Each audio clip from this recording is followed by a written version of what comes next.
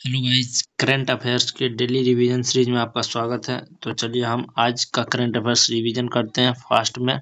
और आपको दो इन्फॉर्मेशन हमेशा वीडियो में देते हैं कि पहला तो आप अगर इसका पीडीएफ चाहिए आपको, तो आप हमारे इंफॉर्मेशन सेक्शन में जाके जो है मोर पर क्लिक कीजिए, तो वहाँ पे जो है व्हाट्सएप लिंक मिल जाएगा। वहाँ से आप हमसे जुड़ के आप पीडीएफ मतलब ग्रुप में आपको ऐड कर देंगे, आप पीडीएफ लेते रहिए पहला। और दूसरा, यदि आपको कोई पेड कोर्स चाहिए टेलीग्राम पे, तो आप हमसे कांटेक्ट कर सकते हैं, हम आपको पेड कोर्स जो है दे देंगे। ठीक है, चलिए और उसके बाद हम शुरू करते हैं।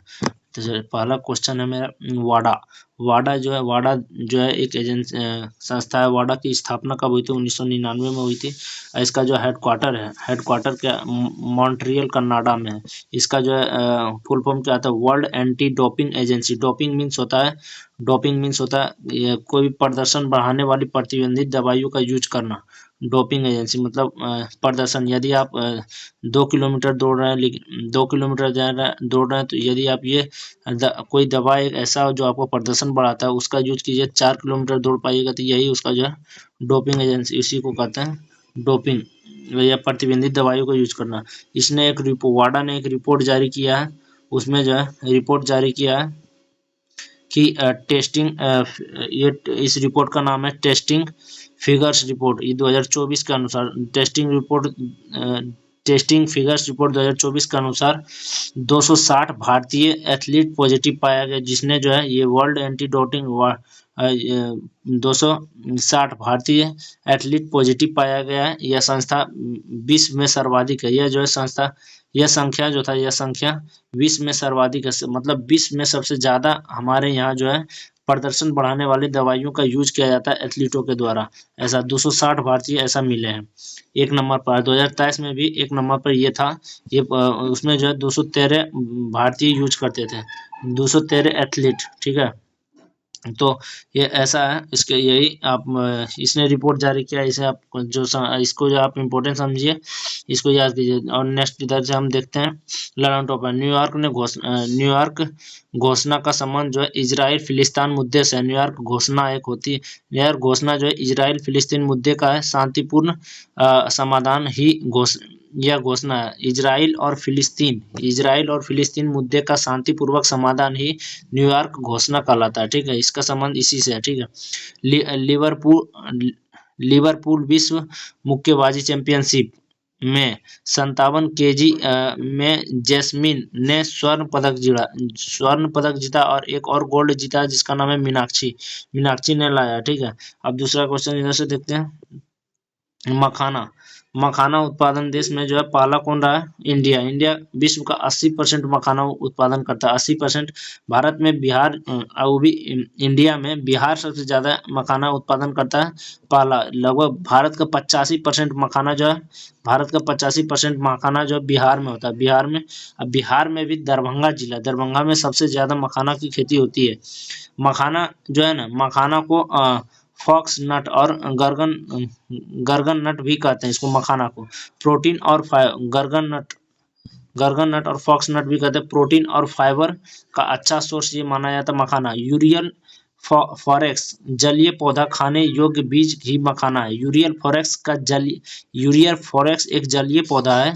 इसी का बीज खाने योग्य बनता है, जिसे मखाना कहते हैं। ठीक है, और ये जलीय पौधा है, तो चूंकि जलीय पौधा है तो तालाब या दलदली भूमि में पाया जाएगा। तालाब या दलदली भूमि में उत्पादन होगा। ठीक है, तो ये वहीं पे उत्पादन होता है। ठीक है, राष्ट्रीय मखाना बोर्ड पूर्णिया बिहार में कब स्थापित किया गया था? 15 सितंबर 2025 को स्थापित किया। किसने? 15 सितंबर 2025 को स्थापित हुआ था ये राष्ट्रीय मखाना बोर्ड पूर्णिया बिहार में। ठीक है, नेक्स्ट क्वेश्चन जैसे देखते हैं ललन टॉप बातें। हल्दी बोर्ड जो है निजामाबाद तेलंगाना इसका मीनाक्षी उठा होगा। हल्दी बोर्ड कहाँ स्थापित हुआ? निजामाबाद तेलंगाना। राष्ट्रीय वाणिज्य कृषि अनुसंधान संस्थान कहाँ हुआ? राजमुद्दे का है राजमुद्दे में। और ये जो राष्ट्रीय वाणिज्य कृषि अनुसंधान पहले क्या था?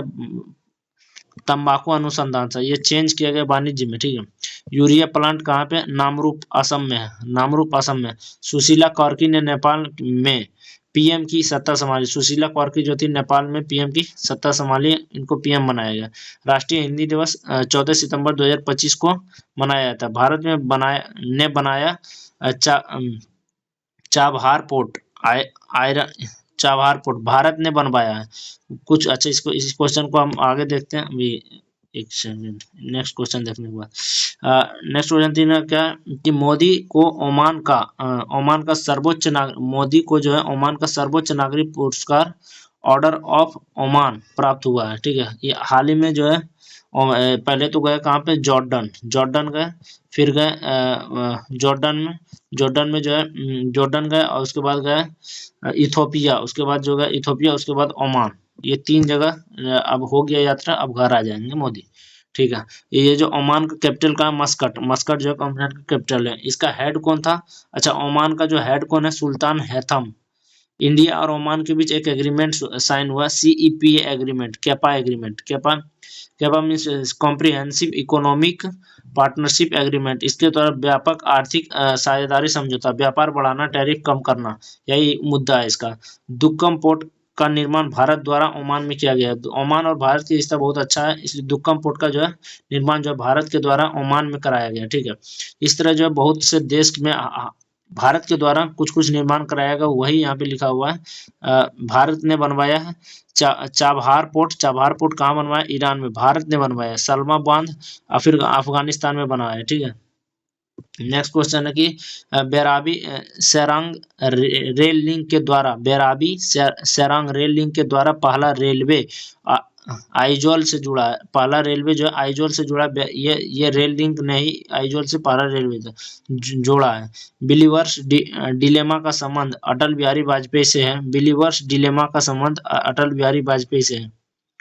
ये RBI ने भूपेन हजारी की शताब्दी जन्म के उपलक्ष्य में, यानी 100 साल, यानी 1900, भूपेन हजारी 1925 में जन्मा था, आज 2025 है।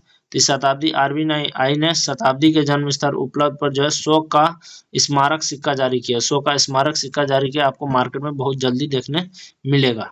ठीक है, उसके बाद नेक्स्ट क्वेश्चन है क्या, एक सेकंड, हाँ ठीक है, एक सेकंड, हाँ ये रहा आपका नेक्स्ट क्वेश्चन। ओमान ये हो गया, ये 4 नंबर का दक्कन।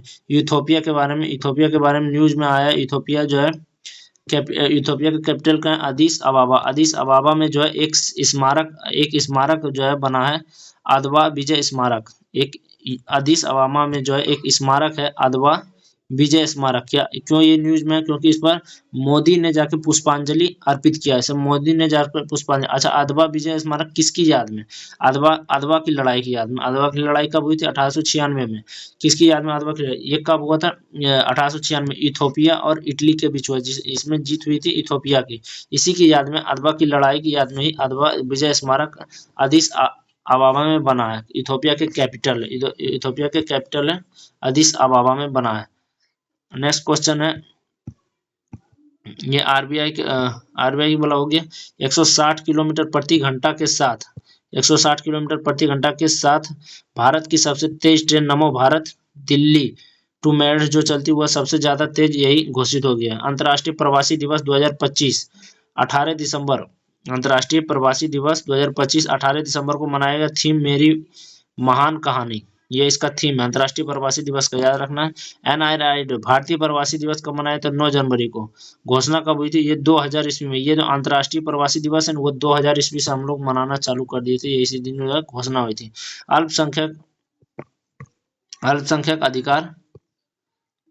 अल्पसंख्यक अधिकार दिवस कब मनाते हैं? 18 दिसंबर को मनाते हैं। माइनॉरिटीज किस आधार पर? हम जाति के आधार पर माइनॉरिटीज 6 हैं। माइनॉरिटीज किस आधार पर? जाति के आधार पर। कितने माइनॉरिटीज है? 6 है। मुस्लिम, ईसाई, बौद्ध, फारसी, सिख और जैन। जैन कब से माइनॉरिटीज में आए? 2014 से सुप्रीम कोर्ट ने घोषणा, आर्टिकल 29 और 30 माइनॉरिटीज के लिए। गोवा मुक्ति दिवस कब मनाते हैं? गोवा मुक्ति दिवस मनाते हैं हम लोग नीनो डी कुन्हा, जो कि गोवा को अपना जो राजधानी बनाया था, कैपिटल बनाया था। ऑपरेशन विजय के साथ जो 19 दिसंबर 1961 को हम गोवा को भारत में मिलाए थे। गोवा राज्य बना था कब? 56वां संविधान संशोधन 30 मई 1987 को। ठीक है, लेकिन ये इस दिन हम लोग गोवा मुक्ति दिवस मनाते हैं 19 दिसंबर को। गोवा में राष्ट्रीय अल्पसंख्यक आयोग के द्वारा स्थापना हुई थी। अच्छा, राष्ट्रीय अल्पसंख्यक आयोग द्वारा अच्छा स्थापना हुई थी 1992। राष्ट्रीय जो अल्पसंख्यक आयोग है जो है 1992 के एक्ट से जो है स्थापना हुई थी। ठीक है, नेक्स्ट क्वेश्चन देखा हम।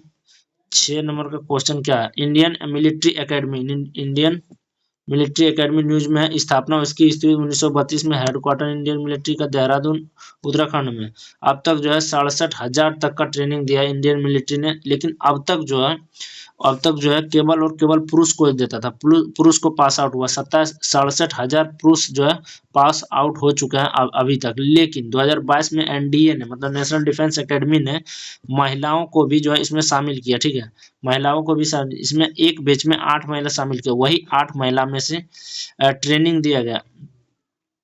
ट्रेनिंग दिया किसने? आईएम मतलब इंडियन मिलिट्री एकेडमी ने, इंडियन मिलिट्री एकेडमी ने इस 8 महिला को ट्रेनिंग दिया। उसी 8 महिला में से इनमें से फर्स्ट महिला पास आउट हुई है, इसमें से फर्स्ट महिला पास आउट हुई है साई जादव। 93 वर्ष का इतिहास में जो पहली महिला जो है पास आउट हुई है। कहाँ की है साई जादव? कहाँ की है? तो ये कोल्हापुर महाराष्ट्र की है। पास आउट के बाद जो पोस्ट मिला है इसको टेरिटोरियल आर्मी के लेफ्टिनेंट पोस्ट मिला है, टेरिटोरियल आर्मी के लेफ्टिनेंट पोस्ट मिला है, टेरिटोरियल आर्मी के जो है लेफ्टिनेंट पोस्ट मिला है, इसको याद रखना। फिर ये कुछ ललन टॉप बातें इधर से देखते हैं।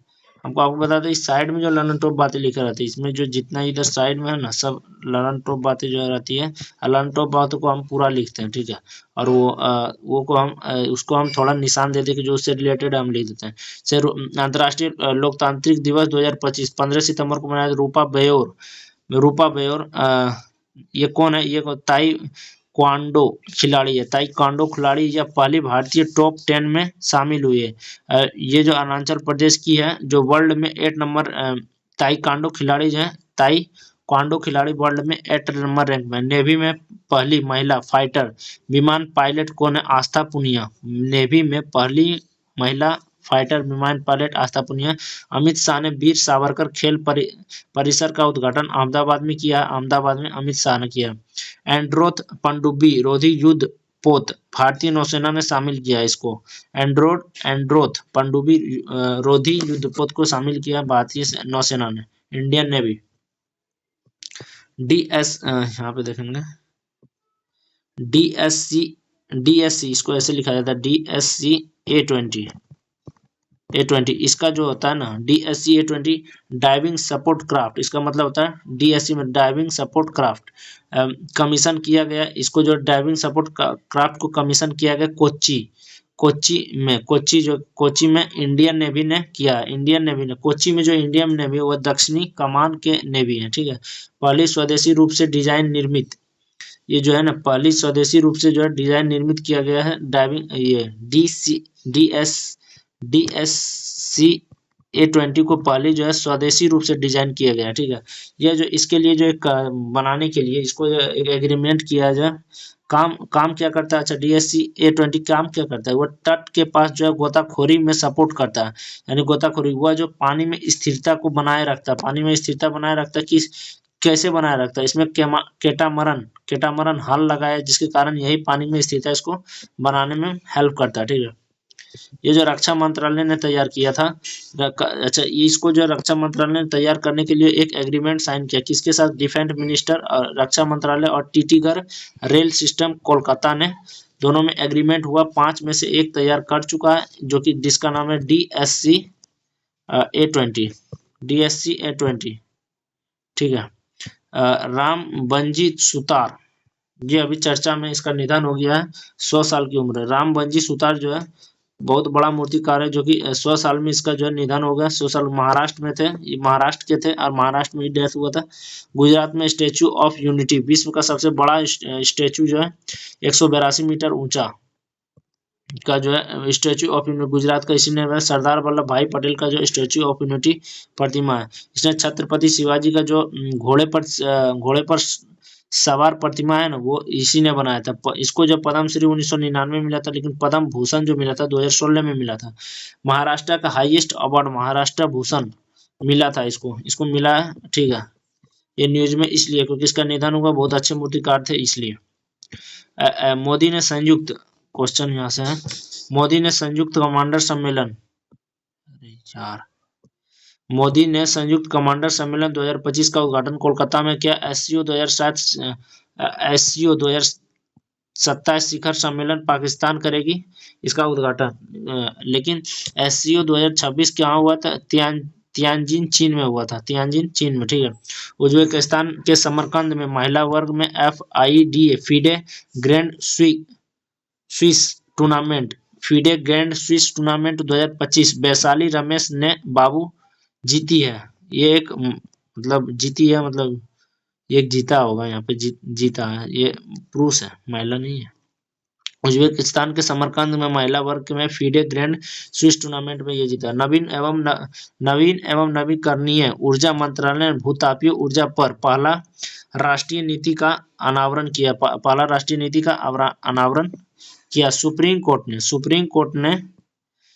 कोर्ट ने राजनीतिक पार्टी के ऑफिस को पोष अभियान से बाहर मानने का आदेश दिया। टेनिस प्रीमियर लीग 2025 होस्ट करेगी गुजरात यूनिवर्सिटी स्टेडियम होस्ट करेगी।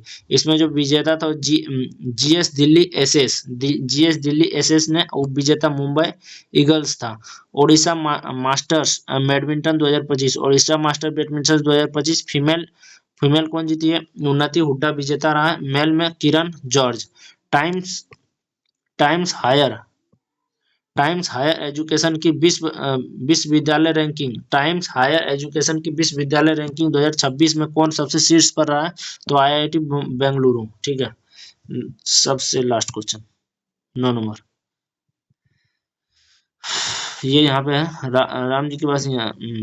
हरियाणा के सीएम जो कि नायब सैनी है, हरियाणा के सीएम हांसी, हरियाणा का एक जगह है हांसी, पहले ये हिसार का जो है था, एक क्षेत्र था हांसी, इसको अब तहसीमा जिला जो है घोषित कर दिया। हरियाणा का तहसीमा जिला हांसी बन गया। अच्छा, 1 नवंबर 1966 को हरियाणा शाह आयोग से बना था। शाह आयोग जो है रिपोर्ट से जो है हरियाणा राज्य का गठन हुआ था, ठीक है।